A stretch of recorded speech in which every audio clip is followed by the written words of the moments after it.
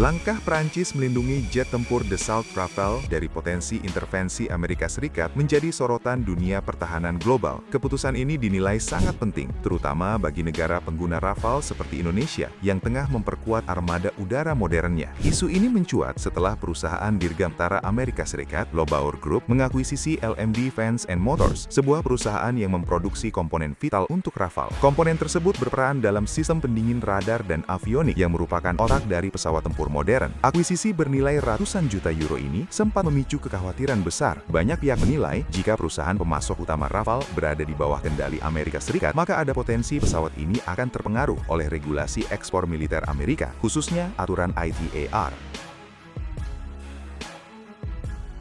ITAR dikenal sebagai salah satu regulasi paling ketat di dunia yang memungkinkan pemerintah Amerika Serikat membatasi atau bahkan menghentikan ekspor komponen militer ke negara tertentu berdasarkan kepentingan politik dan strategis. Namun, pemerintah Prancis bergerak cepat untuk mengantisipasi potensi tersebut. Sebagai syarat utama dalam menyetujui akuisisi, Paris menerapkan mekanisme yang dikenal sebagai Golden Share atau saham istimewa pada perusahaan LMB. Melalui mekanisme ini, pemerintah Prancis tetap memiliki kendali strategis, termasuk hak veto terhadap keputusan penting perusahaan meskipun kepemilikan saham mayoritas berada di pihak asing.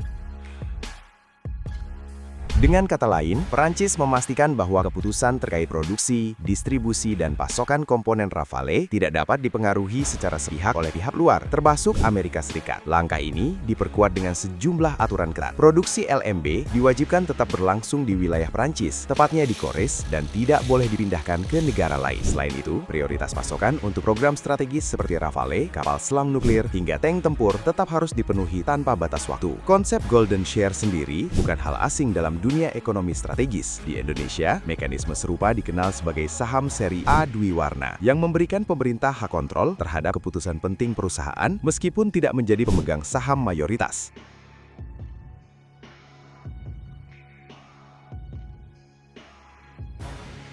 Dalam konteks Rafale, Golden Share berfungsi sebagai tameng kedaulatan Prancis untuk memastikan bahwa jet tempur tersebut tetap bebas dari tekanan geopolitik dan intervensi eksternal. Lalu, apa dampaknya bagi Indonesia? Saat ini, Indonesia tengah berada pada fase krusial dalam program pengadaan Rafale. 3 unit pertama dari total 42 pesawat yang dipesan telah mulai tiba sejak Januari 2026 dan akan menjadi tulang punggung baru kekuatan udara TNI Angkatan Udara. Komponen yang diproduksi LMB memiliki peran sangat penting karena berkaitan langsung dengan sistem radar AESA dan avionik pesawat. Tanpa komponen ini, performa Rafale tidak akan optimal, bahkan dapat mempengaruhi kesiapan operasionalnya. Tanpa perlindungan Golden Share, ada kemungkinan Amerika Serikat dapat menggunakan ITAR untuk membatasi pasokan komponen tersebut, terutama jika terjadi perbedaan kepentingan politik dengan Indonesia. Namun, dengan adanya kebijakan Prancis ini, resiko tersebut berhasil ditekan secara signifikan. Rafale tetap mempertahankan statusnya sebagai jet tempur yang relatif bebas dari ketergantungan terhadap regulasi ekspor Amerika.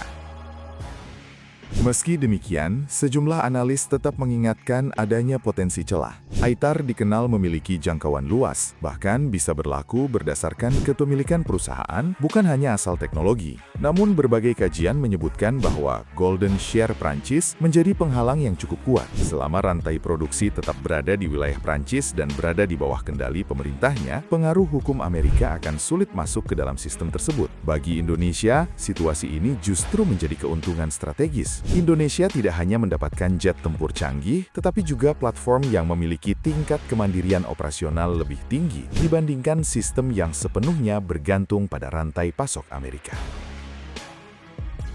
Kasus ini juga memberikan pelajaran penting dalam dunia pertahanan modern. Memiliki alutsista canggih saja tidak cukup jika rantai pasoknya rentan terhadap tekanan geopolitik. Prancis menunjukkan pendekatan berbeda dengan melindungi industri pertahanannya melalui instrumen hukum yang kuat. Hal ini sekaligus memperkuat posisi mereka sebagai mitra strategis yang konsisten dalam menjaga komitmen terhadap negara pengguna. Di tengah meningkatnya dinamika keamanan kawasan, termasuk ketegangan di wilayah strategis seperti Laut Cina Selatan, kemampuan untuk mengoperasikan sistem pertahanan tanpa intervensi pihak luar menjadi keunggulan yang sangat penting.